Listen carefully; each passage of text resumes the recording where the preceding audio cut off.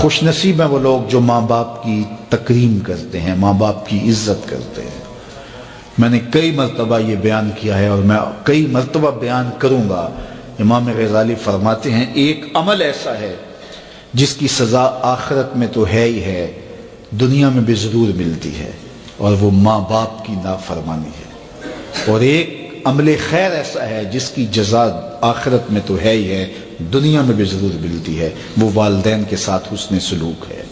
نہیں تو نشان لگا لو شخص پہ جو ماں باپ کا با ادب ہے، اس کی پگڑی کا کلس آپ کبھی نیچا ہوتے نہیں دیکھیں گے۔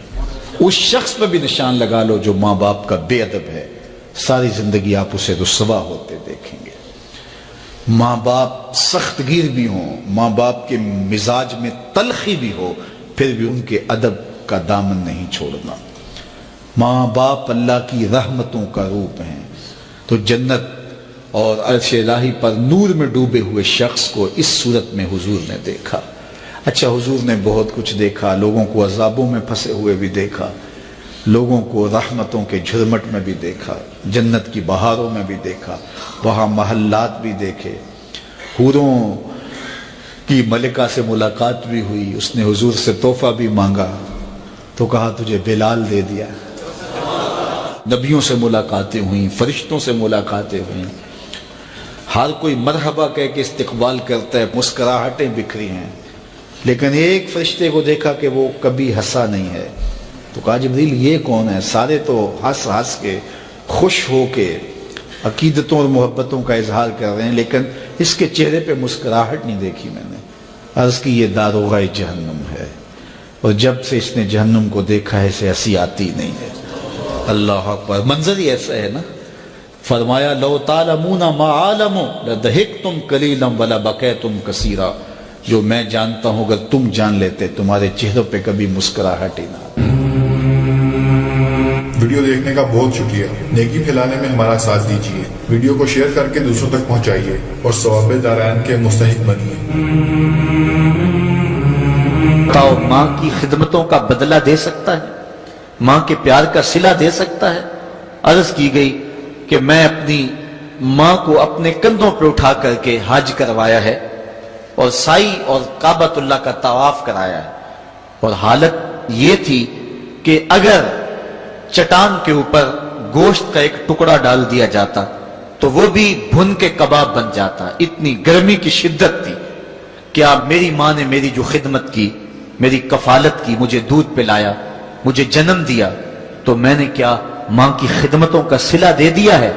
تو جواب آیا تو نے ابھی اس کی ایک مسکراہٹ کا بدلہ بھی نہیں دیا۔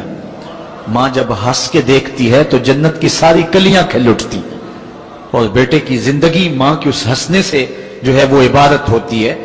بیٹے کے لیے ماں کے جو جذبات ہیں، ماں کی جو کہانیاں ہیں، ماں کے سینے میں جو درد کے امٹتی ہوئی ایک کائنات ہے، اس کا کوئی بدل نہیں ہو سکتا۔ ساری زندگی ایک ٹانگ پہ کھڑا ہو کے بندہ ماں کی خدمت کرتا رہے پھر بھی حق ادا نہیں ہوگا۔ ماں ماں ہوتی ہے، اللہ تعالیٰ جل شانہ نے اس کو وہ درجے عطا فرمائے۔ بیٹے کے ساتھ جو پیار ماں کرتی ہے بھلا کوئی کر سکتا ہے؟ کوئی اتنی محبت دے سکتا ہے جتنی ماں محبت دیتی ہے؟ ساری زندگی بھی انسان ان محبتوں کا بدل دینا چاہے تو نہیں دے سکتا، چونکہ ماں کے پیار کا کنارہ ہی کوئی نہیں۔ ماں کی محبت کی گہرائی اور گہرائی کو کوئی ناپ ہی نہیں سکتا۔ سمندر کے پاتال تک تو شاید کوئی پہنچ گیا ہو، لیکن ماں کے پیار کا کنارہ آج تک کسی کو نہیں ملا۔ اللہ تعالیٰ نے اس کے سینے میں دھڑکتا ہوا جو دل رکھا ہے اور تڑپتی ہوئی جو ممتا رکھی ہے، وہ ایک مثال بنی ہوئی ہے کہ کسی نے کسی کو کہا کہ میں تیرے پہ راضی تب ہوں گی کہ اگر تو اپنی ماں کا کلیجہ نکال کے لے آئے۔